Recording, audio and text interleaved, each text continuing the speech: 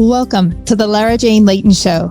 This podcast is for you, the person who keeps putting others first. Your self-talk has held you back. You no longer need to take a second seat. Let's explore ways to overcome self-doubt. You can silence that inner bully voice and achieve your full potential. Here's your host, Lara Jane. Hello, listener. It's your host, Lara Jane, and I have an amazing new friend with me, and her name is Lee. Her bio and ways to get a hold of her are in the show notes. Anyway, I am really excited. She is definitely an amazing author. I look forward to hearing her story, and we are going to learn about how making a difference brings us that power, that not that you're more powerful, but that personal power to keep going, that amazing thing that we can generate and move forward with. So Lee, thank you so much for being on the show with us today. Please tell us about bringing back our power. I'm glad to be here today. So yeah, I am an author, and I really wrote my first book accidentally. I didn't mean to become an author, and it's kind of created this whole journey unto itself. And this is what I talk about a lot is for a long time, I was just this kind of mousy little person in a box in a corner, and I was kind of ignored. And a lot of it was because of expectations that other people put on me, and some because of what I put on myself. And so there was this whole thing going on. So kind of the backstory is for 30 something years, I worked with homeless people and did a lot of advocacy for poverty initiatives. So I did a lot of volunteering at homeless shelters, soup kitchens, committees for first-time homebuyers. I was involved in various community groups, trying to get people into appropriate jobs and helping them get the new skills that they needed. So all of this work, but I was a volunteer. I was a mom. I was a lot of other things as well. And I homeschooled. So there was a lot involved there. But I was at this one particular committee meeting one night, and the topic was really interesting to me. I had something to say. However, the person who was leading the meeting ignored me, and he would not let me speak. And he was letting the political person in the room speak. He was letting the businessman speak. He was letting everyone speak but me. And so he just ignored me. And at the end of the meeting, I went up to him and tried to get my voice heard privately. Well, he gave me a list of excuses why he wouldn't listen to me. I was just a mom. I was just a volunteer. I didn't have the right education, the right experience, the right whatever. It would have taken him less time to hear me than it would for me to hear his excuses. And at that moment, it made me realize that I was just invisible, and he was not the first person to ignore me. And I had just lost myself, and I had given up all of this power, all of these years that I had, and that I had allowed all of these people to tell me I was just a whatever. And I was so frustrated at that moment. Oh my gosh, my heart is breaking. I almost want to cry. That must have been just an awful feeling, but I bet you have a comeback story. I do. And this is what I try to encourage people.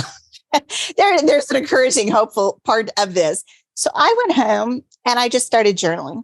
And I just took out a notebook, put pen to page, and I just started writing. I just poured out all of my feelings and all of my frustrations and everything that I thought could change the world, right? Yeah, because I wasn't gonna face this guy. I was just too timid to do that, right? And yeah, so months later, I looked at what I'd written, and I started reading this, and I realized that at some point it flipped from writing about me to writing the perspective of a homeless woman. And I realized that many of the complaints I'd heard from women that I'd worked with over the years were my complaint. They were ignored. They were devalued. They didn't have a voice, just like me. And no, I'd never been homeless, but we were in the same position. We were in the same boat, so to say. And I realized I'd accidentally written a novel somewhere along the way. I didn't mean to do this. Where I was headed at all. No, but it's, I think, magical how things happen for us or everybody, like that is such a good lesson on how what we're doing right now may be for our future and it may not make sense. So, yeah, I love the accident. You had a good accident. Yeah. And the even better thing is, so I throw this book out into the universe after working with a writer's group and working with an editor to clean it up a little bit. It's still a hot mess. That's the first book, Road Home. I never figured I'd sell more than a few copies, change some hearts and minds maybe, and raise a little bit of money for charity. I was going to be happy if it sold 10 copies, right? Because I'd been ignored, right? Yeah, you were used to it. No one wants to hear me. Exactly. But the weird thing happened. I went from being ignored to being an expert literally overnight. That is so cool. Yeah, because you write a book, all of a sudden, magically, everybody wants to hear you, right? Well, you must have, even just that marketing to get you out there, but it's hard to be heard when, in that type of situation. And you talk about this from the homeless standpoint and people who weren't feeling heard. I know some executives who feel like they don't have a voice, even in the boardroom when they're invited guests. And so it's not just us or those who have never stayed or been in the work environment. It's not just the homeless person. Everybody can feel like their voice isn't being heard. Yeah, and that's the thing. The longer I've been in here and talking about my story, it's amazing how many women in particular I hear from who said, your story is my story. I've been doing whatever for so long, and yet I'm still getting devalued. And you're right. It's not just us moms. It's not just, it's a lot of different women in a lot of different places. And it's wrong. We need to use our voices and we need to take back our power and say, hey, we have value.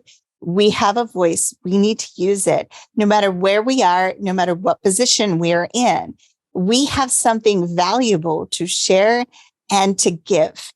And this is something I'm trying to encourage more people to figure out what their passion is, what their voice is, and go use it and be loud, be obnoxious.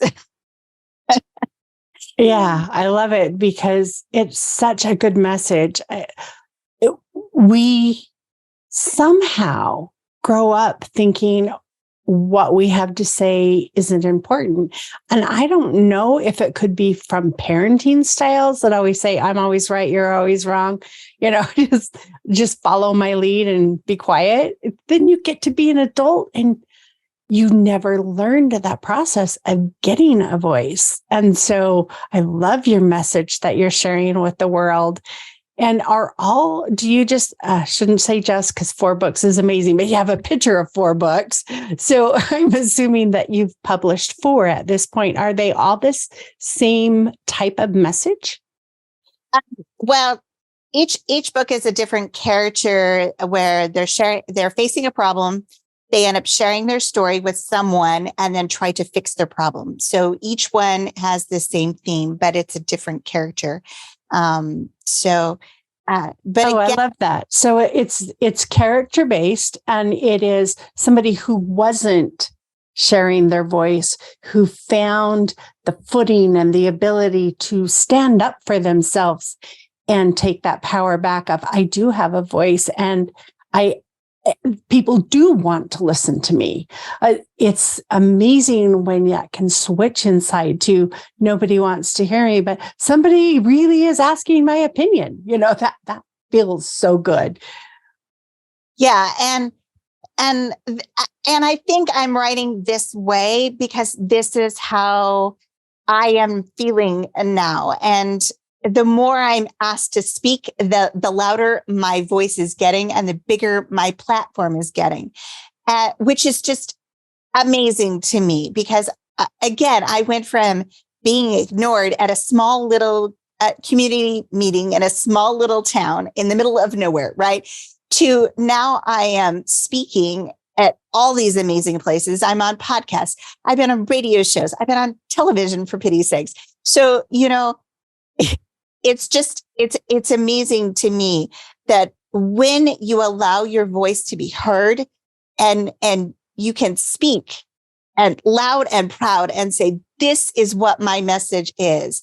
You can literally change the world. Because I never would have imagined a few years ago what I could do. And now I can do anything I want. I have this whole different mindset, and it's really empowering. And I want more people to have that sense of empowerment that, yes, you can do anything. And yes, my platform is homelessness. That I'm not going to deny that, which is a very big issue and affects a lot of people. And I don't care what your issue is, what your platform is, what you need to change. We all can do something. We all have a voice. We all have a place in this world that we can change, and we just need to go find it. You say your platform is homelessness, but I think it really speaks to everyone who feels out of place. I am homeless in a sense, but I feel ignored or set aside. And even the corporate executive who feels out of place kind of feels like they don't have a home there, that same imposter syndrome. So I think it's an amazing way to share the message that not just homeless or not just poverty, but everybody can learn from, because you do need to feel like you can be your authentic, pure self anywhere, whether it's the boardroom or the grocery store or the playground. You don't want to change. You don't want to hold back just because of fear. And does the book show any type of changing process where that person is able to actually release the fear so that they can have that strength in their voice? And we're going to take a quick break and we'll be right back. We'll have a word from our sponsor, and then we're going to hear about how can we switch that fear into our voice. Talk to you in a sec. This podcast is sponsored by Lara Jane Coaching. You know you're ready to silence your inner bully voice. Let Lara Jane support you with coaching. To schedule an introduction call, go to larajanelayton.com.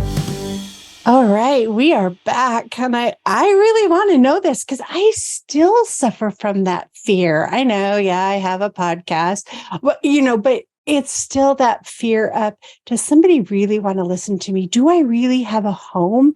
Do I belong? And I know everybody has that, or we wouldn't fight so much with our egos and trying to be important. So I am really excited to learn this. Well, here's the thing. You need to be yourself no matter where you are. A lot of people, okay, I'll give it a really good example. The other day I was at a coffee shop and someone ran into me and they recognized me because, well, I get recognized occasionally because I'm kind of out there, right? And she recognized me and she got so excited. And then as we were talking, she's like, "Oh, you're normal." Well, yeah, I'm the same person no matter where I am, whether I'm on a podcast, whether I'm on the radio, or I'm in a coffee shop. And this is what people need to figure out is, who am I and what am I, and be themselves no matter where they are. You don't need to put on a face or a mask to be somebody at work, at home, and at a coffee shop. You need to figure out who you are and what you are and be that all of the time. You don't need to pretend to be someone, because that's when you lose yourself and you lose your voice and you lose the core essential of what you are. And this is what I think I was doing for a long time, as I was allowing people to put me in this little tiny little box, and I was just and I'm not that anymore. I've not only kicked open the top of that box, I've thrown the box away. I don't follow rules anymore. I don't do what people tell me to do. I don't care what people think about me anymore. I am me all of the time. I'm just normal, regular me. You hear me on a podcast. You see me anywhere. I am the same person all of the time. And that is the key here, is you find your voice, you hold on to that, and you are yourself everywhere, all of the time. And it doesn't change no matter where you are. You are loud, you are proud, you are you, and you accept you as you are. And I think that is the big key here. And I just don't care anymore about anything, because I know who I am now.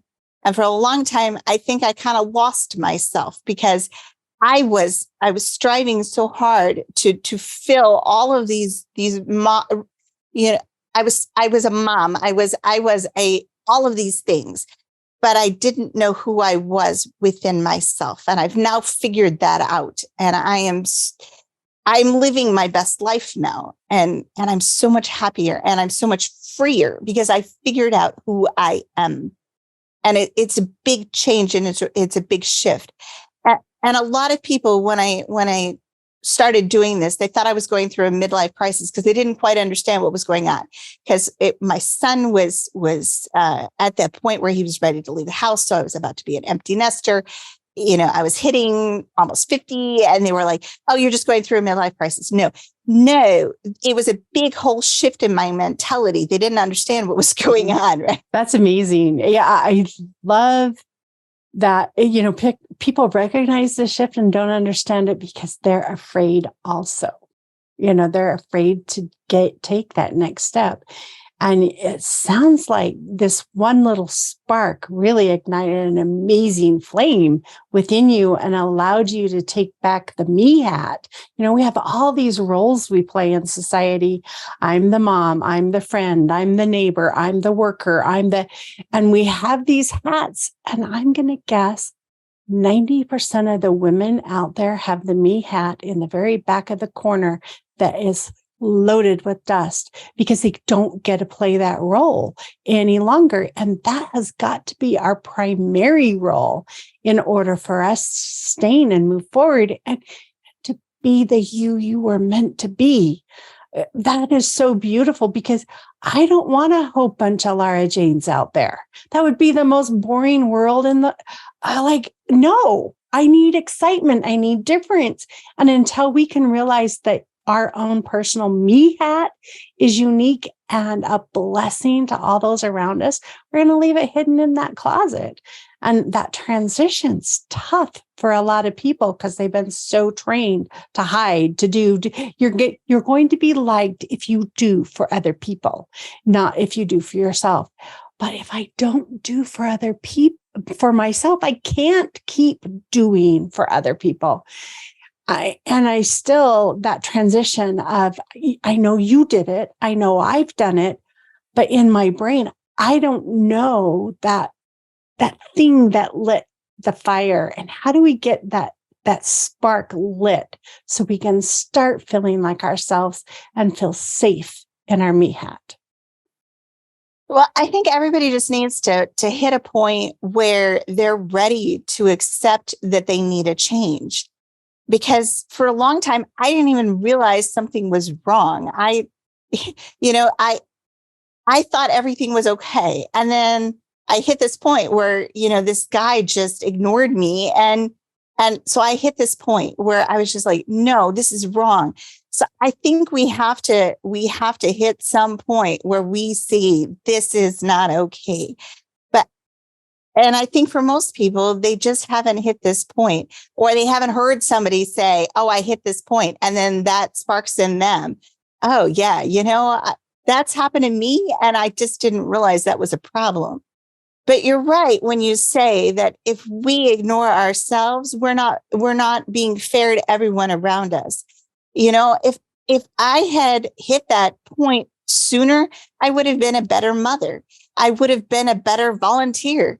I was burned out and I didn't even realize it for years. And I would have been so much better at everything I was trying to do because I am so much better now at everything I'm trying to do.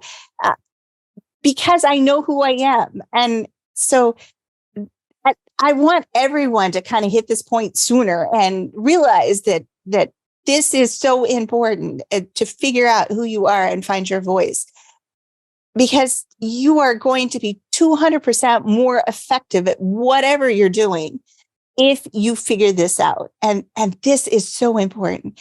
And I wish I would have figured this out sooner. I wish I hadn't been old. So let's think about what are the symptoms, because you and I both had that kind of rock bottomy, this, I can't go. I'm not being heard. Something's not working and I'm making a change and no one's stopping me. And I don't care if everybody defriends me or whatever. This is what you're going to see is the real me, not a new me. This is one that's been around forever. This is who I've always been. I just buried it. Yeah. Right. And so let's think of what the symptom, and maybe you already know them. I'm thinking that dread when you wake up in the morning and you just can't get out of bed because you don't have the energy, that feeling of dread's one of them. I think when your health starts to go south, instead of being that vibrant person you've already been, all of a sudden something's dragging you back health-wise. That's a trigger. What are some of the others? Cranky and just not being happy all the time. Yeah, I'm still it because I get cranky. No, but I do. When your intolerance just goes away, and you just have that shorter fuse. Yes, that is also a sign of when what you're doing doesn't spark joy. And no, you don't have to be happy, bubbly, gooey, but that peaceful joy, that content. This may not be the situation that's making me all bubbly, but I'm content in it because I have what I need for me.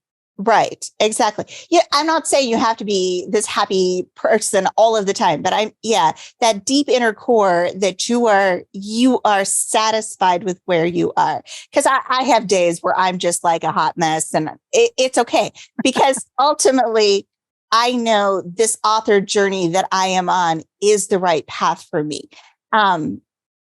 So yeah, that inner sense that this is where I need to be. And it sparks me.